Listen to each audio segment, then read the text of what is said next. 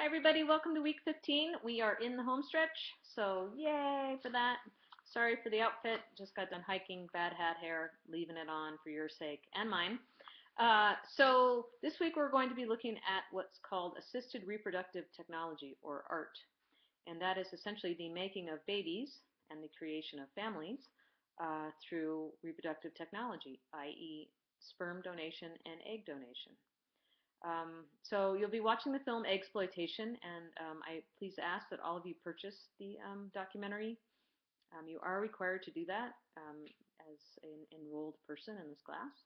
So please do it. I think you'll find the information very interesting, and certainly for all the women in my class and men, but the women in my class, you will definitely want to have this information. It may be serve to be useful with other women in your life, your children, some of you who are working in the nursing field, some of your patients. It's important information to know on many disciplines and many levels. So please purchase the film.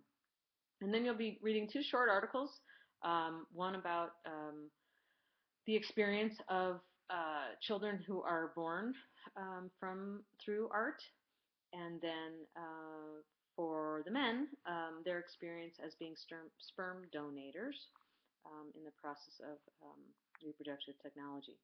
So please watch and read all of those. And when you are thinking about writing your journal and your discussion posts, I would ask you to start really making some dot connecting from the last 14 weeks we've shared with each other.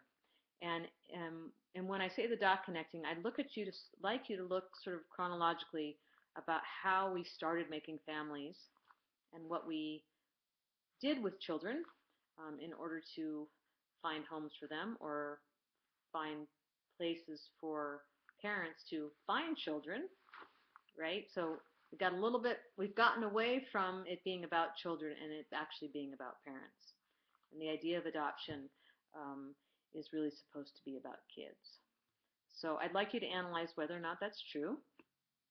I would also like you to, as I said, look back from the time of orphan trains to the girls who went away, to Vietnam, Operation Baby Lift, religious-based, Christian-based organizations rescuing children from other parts of the world that experience war or disaster, looking at foster care and how we create families through the adoption of children out of foster care system, rehoming.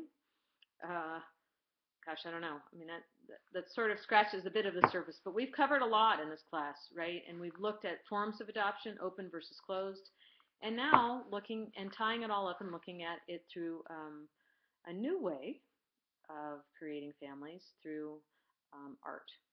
So I'd like you to think about how much we learned since the beginning in terms of the welfare of children. Have we learned from history? I would like you to examine the role money plays in the creation of families through adoption of children or creation, technologically creating children. The money involved, the commodification of children, the commodification of babies, and exploitation, right? Exploitation of women through giving up children, sometimes without their knowledge or under complete coercion. And now looking at the experience of women who are donating eggs under some levels of coercion, certainly under economics, and under the auspices of doing the right thing, being a do-gooder with helping women who aren't able to have babies have babies. What are the costs of all of this? Financial, emotional, spiritual, physical, mental. What are the costs of doing this? And then, you can either bring this up in your discussion posts or in your journals or not. But fundamentally, it's a question about, should people who are not able to have children have children? I mean, I'm not meaning to inflame or start a riot by asking this question, but it's ultimately something that we have to ask. If we are going to these sorts of lengths, is there a level of acceptance where if we're not able to have children, we don't have them, right? I.e. having children, conceiving them inside our own bodies. right? So I'd like you to think about that. And then lastly, the film analyses are due December 19th, no later than 7 p.m. They must be uploaded by that time. I will not accept any late papers for any reason. So I would also ask, in a selfish way, if you might be willing to, those of you who have your papers done in advance, please submit them as soon as you can. I'm actually going to visit my daughter in London for Christmas, and I leave on the 20th. And the less work I have to do while I'm on vacation, the better.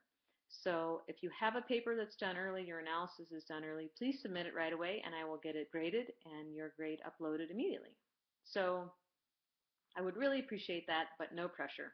So anyway, thank you all for a wonderful semester. I learned a bunch from all of you. I hope you learned as well. And many of you grew in very large ways from your understanding before you came to class and where we are now. So I am very grateful and happy for that. So happy holidays, everybody. Thanks for the wonderful semester, and please email me if you have any questions.